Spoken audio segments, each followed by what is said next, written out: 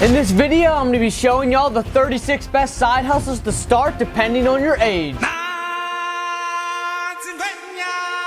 What's poppin', y'all? I'm Logan Ski, an 18-year-old entrepreneur and social media star who's gonna show you the best way to make extra money for every age. We'll start at 12-year-olds and go up to 99-year-olds selling their canes for extra income. Oh, profit, baby! Since these videos are free to watch, all I ask from y'all is you go down there and hit the like button. Doing that puts this video in front of more people and helps them on their way to financial freedom just like you. I'm making this video because I get tons of comments from y'all asking, Logan, what's the best side hustle for a 15-year-old? Is it too late to start a side hustle when I'm 49? How do I make money at 12 years old? And lucky for you, this video answers all those questions and will definitely give you some ideas to make money that you never thought of. So make sure to watch the whole thing, and as you get older, start the harder and more profitable side hustles. Also, thanks for 500 subscribers. I love y'all.